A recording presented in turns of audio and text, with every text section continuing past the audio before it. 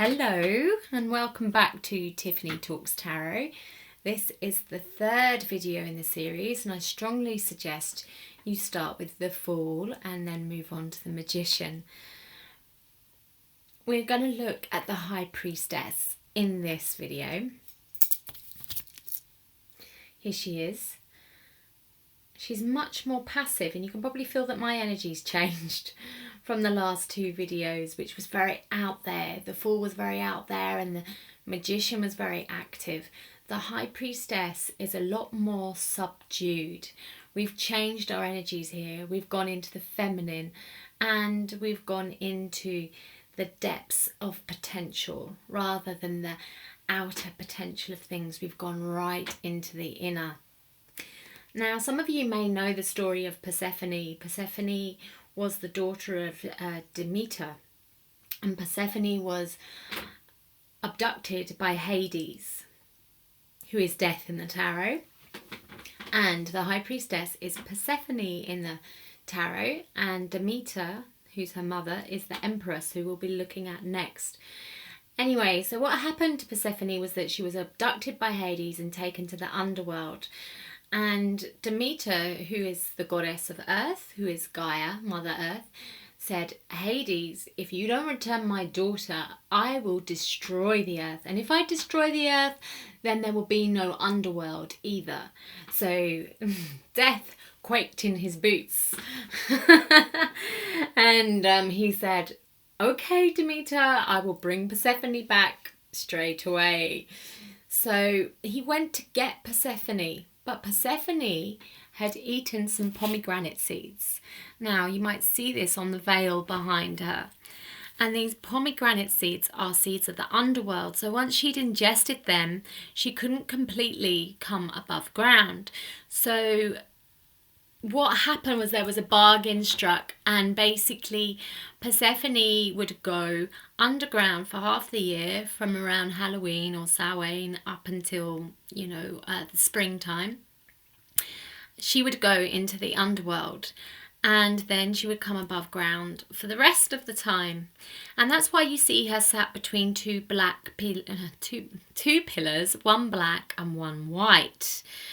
And the black one obviously indicating the underworld and the white one indicating her time spent above ground. And you're also seeing BJ here. I will get my mind out of the gutter and tell you what they're really about. It's Boaz and Jachin, which is the temple of Jerusalem.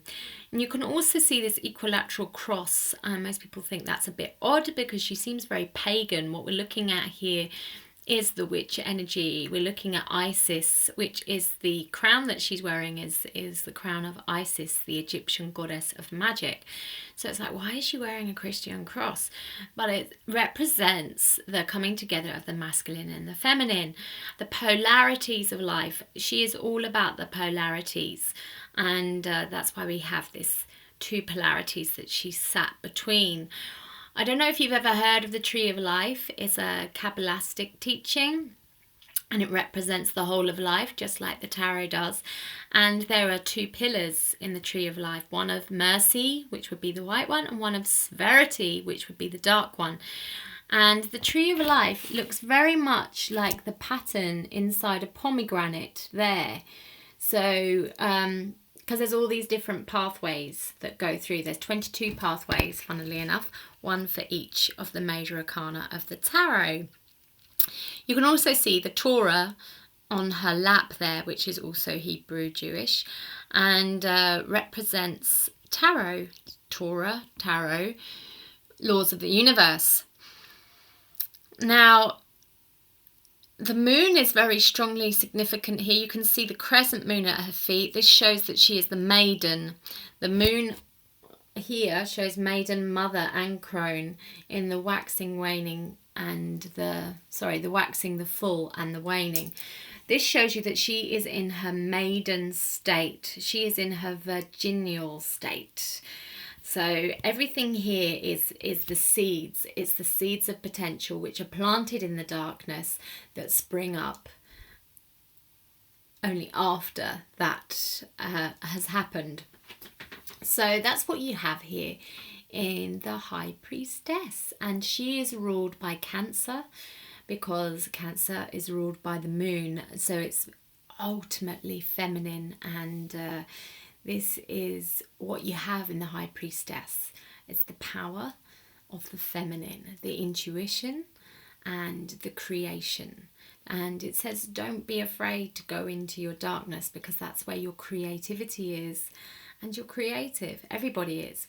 Whether you be feminine or masculine, whether you're female or man, you have that energy inside of you as well.